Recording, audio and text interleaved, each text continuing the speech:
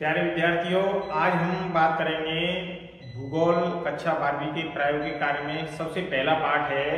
पाठ का नाम है आंकड़े, स्रोत और संकलन।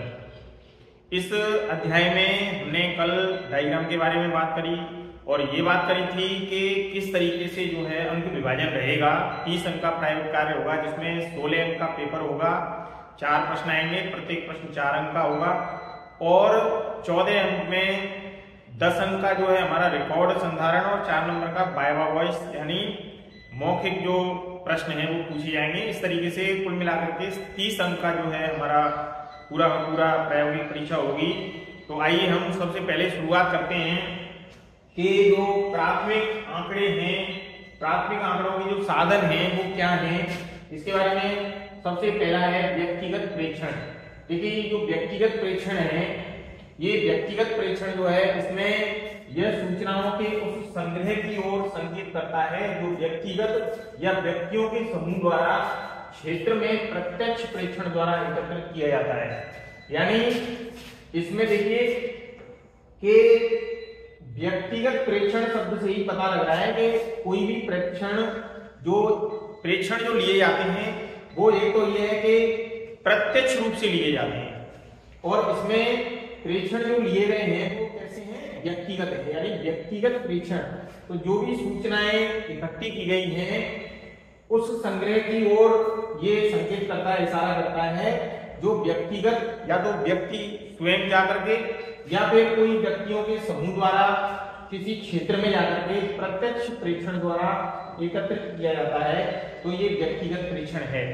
और इसमें देखिए हम बात करेंगे कि क्षेत्र सर्वेक्षण के द्वारा भू आकृति के जो लक्षण हैं या अपवाह प्रारूप है, मिट्टी है, प्राकृतिक वनस्पति है, इसके प्रकारों के साथ साथ में जो है जनसंख्या है, जनसंख्या संरचना है, लिंग अनुपात है, साक्षरता है, परिवहन और जो संचार के साधन हैं वो है इसके अंदर, नगरीय और ग्रामीण जो अधिवास हैं, व्यक्ति नगरों में रहते हैं, गांवों में रहते हैं, तो नगरीय और ग्रामीण अधिवास हैं आदि के बारे में जो सूचनाएं एकत्रित की जाती हैं वो सभी जो सूचनाएं हैं वो व्यक्तिगत प्रेक्षण के अंतर्गत आती हैं। तो प्राथमिक आंकड़ों के जो साधन हैं व्यक्तिगत प्रेक्षण के रूप में एकत्रित किए जाते हैं।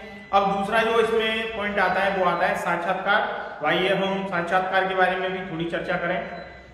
सबसे पहले हम बात करेंगे विद्यार्थियों के जो व्यक्तिगत प्रेक्षण है, व्यक्तिगत प्रेक्षण करते समय व्यक्तिगत या समूह को निष्पक्ष मूल्यांकन के लिए विषय का सैद्धांतिक ज्ञान और वैज्ञानिक दृष्टिकोण का ज्ञान होना बहुत जरूरी है। अगर कोई व्यक्ति व्यक्तिगत रूप से प्रेक्षण ले रहा है तो उस व्यक्ति के पास में दो चीजों का होना बहुत जरूरी है। एक निष्पक्ष मूल्यांकन करे, विषय का उसे सैद्धांतिक ज्ञान हो और वैज्ञानिक दृष्टिकोण भी हो। इन चीजों का उसे विशेष रूप से ध्यान रखना है। और साक्षात्कार जो है जिसे हम इंटरव्यू बोलते हैं, साक्षात्कार में देखिए इस विधि में जो शोधार्थी होता है यानी शोधकर्ता होता है, शोध करने वाला व्यक्ति होता है, वो उत्तर देने वाले से प्रत्यक्ष सूचना संवाद करता है, प्रत्यक्ष रूप में यानी आमने सामने बैठ करके, और सूचना संवाद और बातचीत द्वारा आंकड़े प्राप्त करता है। तो ये होता है साक्षात्कार। साक्षात्कार में साक्षात्कारकर्ता को क्षेत्र में लोगों से साक्षात्कार करते समय निम्न सावधानियां बरतनी चाहिए। जो व्यक्ति शोधार्थी है, जो इंटरव्यू ले रहा है, साक्षात्कार कर रहा है, उसे किन किन सावधानियों का सामना मुख्य रूप से करना चाहिए। देखिए सबसे पहला है साक्षात्कार द्वारा सूचना एकत्र हेतु विषय की एक परिशुद्ध सूची तैयार कर लेनी चाहिए। जिस विषय से संबंधित वह साक्षात्कार लेने वाले हैं उस विषय से संबंधित जो है परिशुद्ध जो सूची है विषय संबंधी, वो सूची उसको तैयार कर लेनी चाहिए पहले से ही। इसके बाद में देखिए सर्वेक्षण के उद्देश्यों के बारे में, जो सर्वे किया जा रहा है, जिसके लिए साक्षात्कार लिया जा रहा है, उस सर्वेक्षण के उद्देश्यों के बारे में स्पष्ट जानकारी होनी चाहिए। यानी आधी अधूरी जानकारी नहीं हो, उसके बारे में संपूर्ण जानकारी हो, एक स्पष्ट जानकारी हो। और स्पष्ट जानकारी के साथ साथ में जब हम किसी व्यक्ति से प्रश्न कर रहे हैं तो हमें उस व्यक्ति को विश्वास में लेना चाहिए कि हम आपको विश्वास दिलाते हैं कि हम आपकी जो गोपनीयता है, आपके संवेदनशील जो प्रश्न जब हम लोग कर रहे हैं तो उस संवेदनशील प्रश्न करने के दौरान हम सामने वाले व्यक्ति को ये विश्वास में लें और यह विश्वास दिलाएं कि हम आपके साथ में जो संवेदनशीलता संबंधी जो प्रश्न किए जा रहे हैं, इन प्रश्नों के लिए हम आपको विश्वास दिलाते हैं कि हम आपकी जो प्रश्नों से संबंधित जो गोपनीयता है उसको बनाए रखेंगे। तब जाकर के वह व्यक्ति बड़ी सहजता के साथ में आप लोगों के प्रश्नों का जवाब अच्छे से दे पाएगा। तो देखिए, साक्षात्कारकर्ता जो है उस क्षेत्र में लोगों से जब रूबरू होगा, जब संवाद करेगा, तो सामने वाले व्यक्ति उसके प्रश्नों का, कई प्रश्नों का जो है जवाब देने में हिचकिचाहट अनुभव करते हैं। कई बार जो है जवाब देना पसंद नहीं करते, कई बार निग्लेक्टेशन जो है, उपेक्षा जो है करते हैं। तो ऐसी स्थिति में हम लोग क्या करें कि सबसे पहले उसको विश्वास में लें, यानी हमें विश्वास एवं गोपनीयता का ध्यान रखना बहुत जरूरी है। तो इससे संबंधित जो और भी कई प्रकार की सावधानियां हैं उसके बारे में हम लोग और भी जानकारी करते हैं।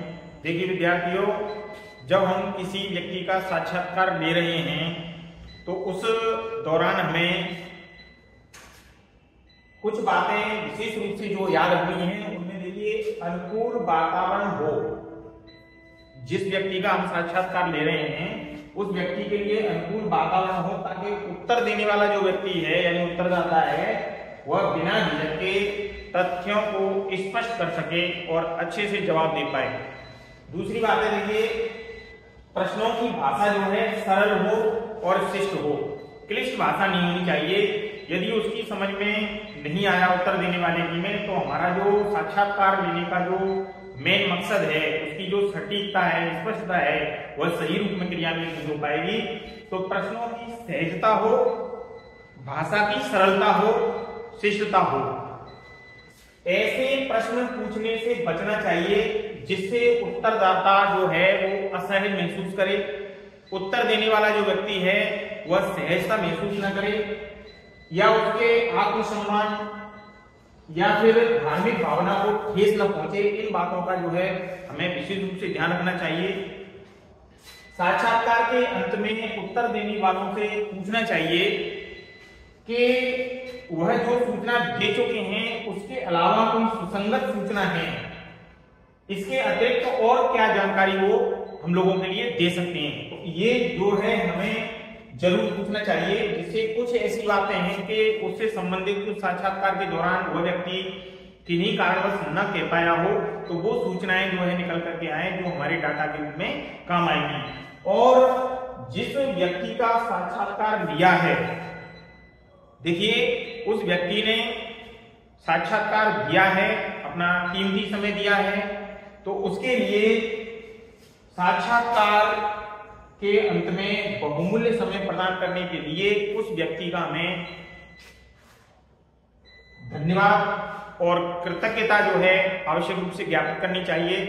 तो साक्षात्कार विधि के माध्यम से हम आंकड़ों को जो है एकत्रित कर सकते हैं।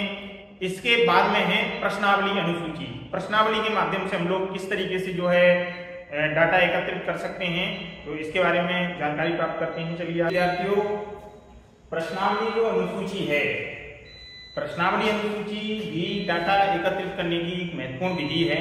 और इसमें जो है प्राथमिक जो आंकड़े होते हैं उन आंकड़ों को किस तरीके से एकत्रित किया जाता है। देखिए प्रश्नावली अनुसूची विधि में साधारण प्रश्न, साधारण सिंपल प्रश्न जो पूछे जाते हैं और उनके संभावित उत्तर एक सादे कागज पर लिखे रहते हैं। साधारण प्रश्नों और उनके संभावित उत्तर एक सादे कागज पर लिखे रहते हैं और उत्तर देने वालों को दिए गए विकल्पों में से सही उत्तर का चयन करना होता है। उत्तर पर निशान लगाना होता है, वो उस पर निशान लगा देते हैं। पहले से ही लिखे हुए प्रश्न हैं, उसमें जो उत्तर लिखे रहते हैं उन पर सिर्फ निशान लगाना होता है। तो ये बहुत ही आसान है। सूचनाओं को उपलब्ध कराने के लिए केवल साक्षर और शिक्षित लोगों से ही संपर्क किया जा सकता है। अनपढ़ लोगों को अगर हम लोग जो है प्रश्नावली दे देंगे कागज पर जो प्रश्न उकेरे गए हैं, लिखे गए हैं, उनमें से प्रश्न अगर हल करने के लिए बोलेंगे तो वो शायद नहीं कर पाएंगे हल, क्योंकि उनको जो है साक्षर नहीं है, वो उनको ज्ञान नहीं है। तो ध्यान रहे इसमें, साक्षर और शिक्षित जो व्यक्ति हैं उन्हीं से जो है संपर्क कर सकते हैं, और जो विकल्प हैं उनमें से सही उत्तर पर निशान लगाने के लिए हम लोग उनको कह सकते हैं। प्रश्नावली से मिलती जुलती जिसमें जांच पड़ताल से संबंधित जुड़े प्रश्न दिए रहते हैं उसे अनुसूची कहा जाता है। एक तो देखिए अनुसूची होती है और दूसरी इसमें सूची होती है। तो प्रश्नावली से मिलती जुलती जिसमें जांच पड़ताल से संबंधित जुड़े प्रश्न दिए रहते हैं उसे अनुसूची कहा जाता है। तो प्रश्नावली और अनुसूची दोनों में अंतर क्या है? देखिए, प्रश्नावली और अनुसूची में केवल यह अंतर होता है कि प्रश्नावली में जो उत्तर देने वाला है वो प्रश्नावली को स्वयं भरता है। जो उत्तर देने वाला प्रश्नावली में वह उत्तर देने वाला प्रश्नावलियों को स्वयं भरता है, जबकि सूची में यानी अनुसूची जो है उसमें परिगणक जो होता है वो उत्तर देने वाले से प्रश्न पूछकर स्वयं भरता है। तो उसमें जो परिगणक होता है जो प्रश्न कर रहा है वो स्वयं उससे पूछ करके जो है भरता है, और प्रश्नावली में जो उत्तर देने वाला व्यक्ति है वह स्वयं प्रश्नों में जो है गलत है या सही है, जो भी विकल्प जो दिए रहते हैं उन पर वो स्वयं भरता है। तो प्रश्नावली अनुसूची जो है, हम बात कर रहे हैं आप लोगों के प्राथमिक स्रोतों के बारे में। प्रश्नावली की तुलना में अनुसूची का मुख्य लाभ यह है कि इसके द्वारा सूचना शिक्षित और अशिक्षित दोनों ही उत्तर देने वालों से एकत्रित की जा सकती है। आप ये समझ लीजिए कि प्रश्नावली में पहले से ही कागज पर प्रश्न लिखे हुए हैं और वह प्रश्न सामने वाले व्यक्ति के लिए थमा दिए, और वो व्यक्ति शिक्षित होगा, साक्षर होगा, तो वो पढ़ करके उन प्रश्नों का जो प्रश्नों के जवाब उस पर लिखे गए हैं उसमें सही या गलत जो भी होगा वो लिख देगा। लेकिन अगर निरक्षर व्यक्ति है, साक्षर व्यक्ति नहीं है, तो वो व्यक्ति प्रश्नों का जवाब कैसे दे पाएगा? तो उसके लिए जो हमारा गणना करता है वह गणना करता ही उससे पूछ करके प्रश्नों का उत्तर लिखेगा। तो इसमें ये सावधानी रहती है कि प्रश्नावली की तुलना में अनुसूची का मुख्य लाभ जो है अनुसूची का वो यह है कि इसके द्वारा सूचना शिक्षित और अशिक्षित दोनों ही उत्तर देने वालों से एकत्रित की जा सकती है। लेकिन प्रश्नावली में केवल शिक्षित से ही एकत्रित की जा सकती है, अशिक्षित से नहीं। लेकिन अनुसूची में शिक्षित और अशिक्षित दोनों से ही जो है एकत्रित की जा सकती है। लेकिन इसके लिए आवश्यकता है कि जो गणना करता है वह एक अनुसूची को भरने के लिए पूरी तरह से प्रशिक्षित हो, ट्रेंड हो, अच्छी तरीके से उसको जानकारी हो, तभी जाकर के वह शिक्षित और अशिक्षित व्यक्तियों से दोनों से ही जो है प्रश्नावली जो तैयार की गई है उसका जवाब प्राप्त कर सकता है। अन्य विधियां हैं, मृदा और जल के गुणों से संबंधित जो आंकड़े हैं वो सीधे क्षेत्रों से एकत्रित किए जाते हैं। सीधे क्षेत्रों में गए और वहां से जो है मृदा और जल से जो गुण हैं, लवणी है या अलवणी है, पानी कैसा है, मृदा जो है कैसी है, वहां की उपजाऊ मृदा है, जलोढ़ मृदा है, क्षारीय मृदा है, अम्लीयता का गुण है, किस तरीके की मृदा है, क्योंकि एरिडोसोल, इंसेप्टिसोल, वर्टिसोल, कई प्रकार की जो मृदाएं हैं वो मिलती हैं सीधे क्षेत्रों से। मृदा किट और जल गुणवत्ता किट का जो उपयोग है वो करते हुए उनकी विशेषताओं को माप करके जो है आंकड़े एकत्रित किए जाते हैं। तो ये अन्य विधियों में इस तरीके से आंकड़े होते हैं। तो आप लोगों के लिए हम लोगों ने जो है आज बताया है कि प्रश्नावली, अनुसूची है, साक्षात्कार है और प्राथमिक जो आंकड़े हैं, सूचनाएं जो है एकत्रित किस तरीके से की जाती हैं उसके संबंध में हम लोगों ने बात करी है। तो अगली क्लास लेकर के इसी से संबंधित मैं अगली क्लास में आप लोगों के साथ फिर रूबरू हो रहा हूँ। अगर आप लोगों को प्रायोगिक परीक्षा से संबंधित जानकारी अच्छी लग रही हो तो आप हमारे चैनल को जो है लाइक करें, सब्सक्राइब करें और अन्य जो जरूरतमंद विद्यार्थी हैं उनके लिए जरूर शेयर करें ताकि परीक्षा संबंधी महत्वपूर्ण जो जानकारियां हैं उन बच्चों तक पहुंच सके।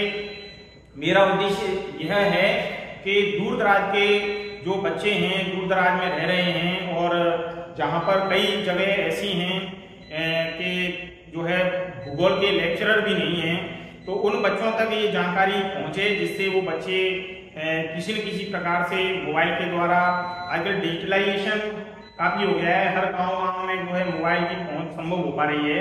तो निश्चित रूप से उन बच्चों के लिए बहुत ही कल्याणकारी साबित हो सकती है पहल। तो आप इस पहल में सहयोग करें और निःशुल्क शिक्षा, डिजिटल शिक्षा को बढ़ावा देने की हमारी सरकार की मंशा भी है। राष्ट्रीय शिक्षा नीति 2020 की अवधारणा के अंतर्गत भी इस ऑनलाइन शिक्षा को, डिजिटल शिक्षा को बढ़ावा देने के लिए बहुत सारे जो है उपक्रम चलाए जा रहे हैं। ICT लैब, मिशन बुनियाद, स्मार्ट लैब, स्टडी के साथ साथ में कई प्रकार के ई कंटेंट क्रिएशन वर्कशॉप का आयोजन NCERT और SCERT के द्वारा समय समय पर किया जा रहा है। तो निश्चित रूप से बहुत ही अच्छा कदम है कि हम लोग बच्चों के लिए सुलभता के साथ, सहजता के साथ इस प्रकार की परीक्षा उपयोगी जानकारियां हैं उपलब्ध करा रहे हैं। तो आप इसमें हमारा सहयोग करें, चैनल को लाइक और सब्सक्राइब जरूर करें, जिससे आगामी क्लास में उसकी नोटिफिकेशन भी आप लोगों को अच्छे से मिल सकें। धन्यवाद।